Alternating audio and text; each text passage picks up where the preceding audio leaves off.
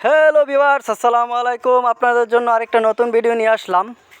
আমার সাথে যারা সাপোর্ট করে পাশে আছেন সবাইকে অসংখ্য ধন্যবাদ জানাই। প্রথমে যারা প্রবাসী আছেন তাদের জন্য আমার ভিডিওটা করা এবং দেশের সবার জন্যই ভিডিওটা করা। বিশেষ করে যারা প্রবাসে থাকেন তারা নিজের গ্রামকে দেখলে খুব ভালো লাগে, যে প্রাণে একটা সঞ্চার ঘটে, যে অনেক দিন ধরে তাদের গ্রামটা দেখে না। তো দেখেন, আমি যে গ্রামে আছি সেটা হচ্ছে দক্ষিণ জয়মঙ্গল, নরসিংদী জেলার দক্ষিণ জয়মঙ্গল গ্রাম, শিবপুর থানা। যারা যারা এই গ্রামে এসেছেন অবশ্যই দেখছেন প্রাকৃতিক সৌন্দর্য। তো আজকে আপনাদের সাথে যেটা শেয়ার করব সেটা হচ্ছে নরসিংদী জেলার বিখ্যাত একটি ফল, সেটা হচ্ছে লটকন ফল। আর এই লটকন ফল চাষ করে বিপুল পরিমাণে অর্থ উপার্জন হয়।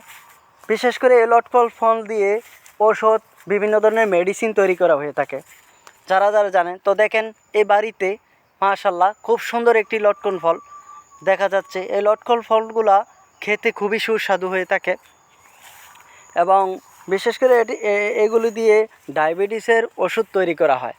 দেখেন মাশাল্লাহ, গাছটা খুবই বড়সড়, মোটামুটি কমপক্ষে 5 মনের মতো লটকন ফল রয়েছে এই গাছে। আর এই গাছ যারা যারা লাগাতে চান বা চাষ করতে চান অবশ্যই কমেন্ট সেকশনে বলে যাবেন। আমি চেষ্টা করব আপনাদেরকে এই গাছগুলো দেওয়ার জন্য, খুবই চেষ্টা করব। তো যারা যারা আমার ব্লগ ভিডিওগুলো দেখেন অবশ্যই পাশে থাকেন, সবাইকে অসংখ্য ধন্যবাদ জানাই পাশে থাকার জন্য। দেখেন মাশাল্লাহ, এই গাছটা একটু ছোট, বাড়ির আনাচে কানাচে আপনার প্রতি জমিতে এই গাছগুলো লাগাতে পারেন। বিশেষ করে আপনার অবহেলিত যে জায়গাগুলো আছে ওই জায়গাতেও আপনি এই গাছটা লাগাতে পারেন। সো গাছটি লাগানো খুবই জরুরি আমি মনে করি। আর যেখানে সেখানে এই গাছটি ভালো হয় না, ফলও ভালো দেয় না। অবশ্যই এটার জন্য একটা উপযুক্ত জায়গা নির্বাচন করতে হয়।